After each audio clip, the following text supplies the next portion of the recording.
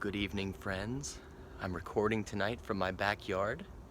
It is indeed nighttime, and I got the idea to read you a story tonight because tonight is a very special night up in the sky.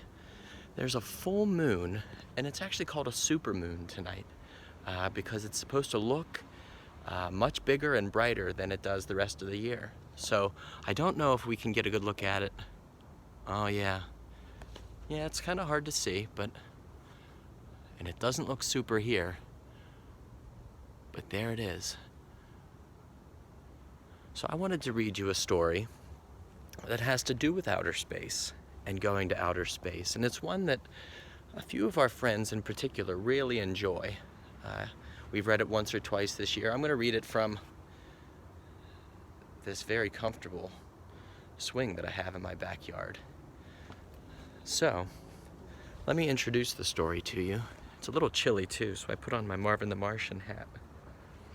The story I want to read tonight is Mousetronaut. We read this during our Planet Earth unit when we talked about outer space and planet Earth, and it seemed like a good night to read that to you. So let me get my camera ready, let me get my body ready, and my book ready. Mousetronaut.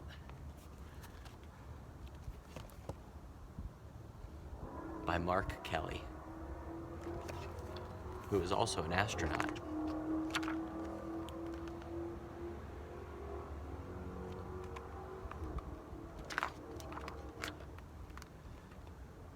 The space shuttle is set for a launch, and the astronauts are doing their last-minute training to prepare for the mission.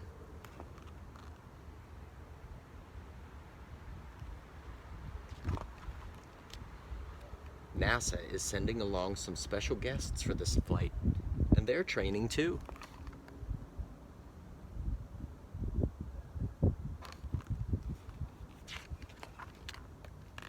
One mouse is smaller than all the rest. His name is Meteor. The other mice know that he won't be chosen for this important mission, but someone has his eye on Meteor, and he's impressed with the little mouse's hard work.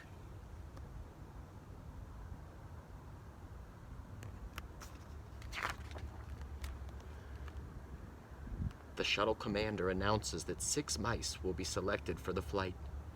He picks 5 of the biggest, strongest mice. But for the 6th spot, to everyone's surprise, he chooses Meteor.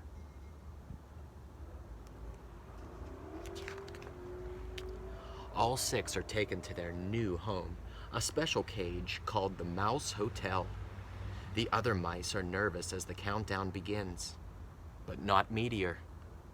10, 9, 8, 7, 6, 5, 4, 3, 2, 1,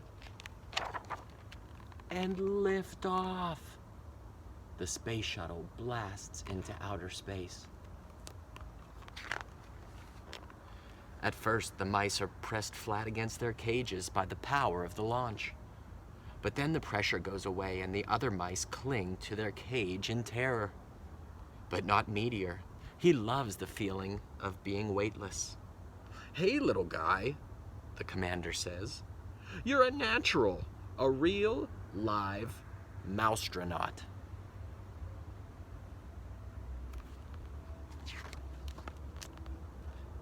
Meteor is taken from his cage and gets a tour of the shuttle. He can even see the Earth way off in the distance.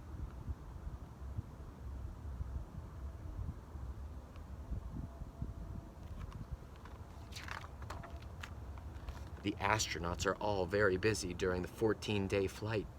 There are spacewalks to take and experiments to conduct. But what can Meteor do to help?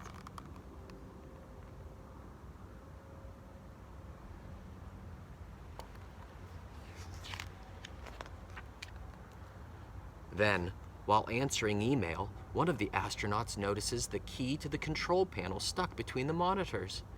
When he tries to get it out, it accidentally gets wedged farther down. "This isn't good," says the commander. "We need that key back." One astronaut tries to move the monitor, and it doesn't budge. Another slips her fingers into the crack, but the key is stuck down too deep. One even tries pushing it out with a long piece of metal, but with no luck. No one can reach it.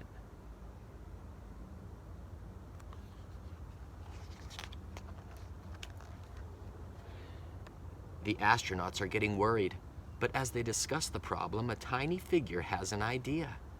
Being the smallest isn't a bad thing, Meteor says to himself. Maybe I can be useful on this flight. Here's Meteor, floating by the computers.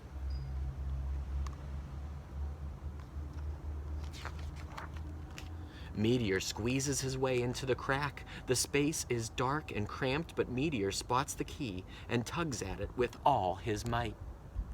"Hey, look at what our tiny friend has done," the commander says. "He's saved the mission."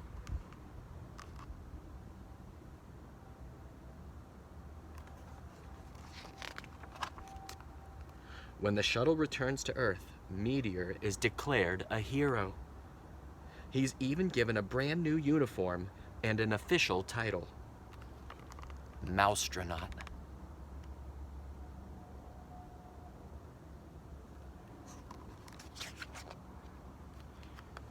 All the astronauts cheer and applaud, but Meteor is already thinking about his next big mission.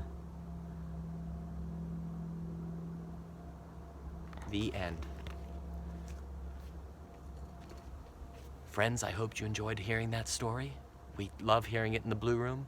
I hope you enjoy hearing it at your house or wherever you are right now. I hope to see you soon. And remember, when you're at home, there are some very cool things way up in the sky that you can take a look at every now and then. The stars, the moon, who knows what you might see. Have a good night, and I'll talk to you soon.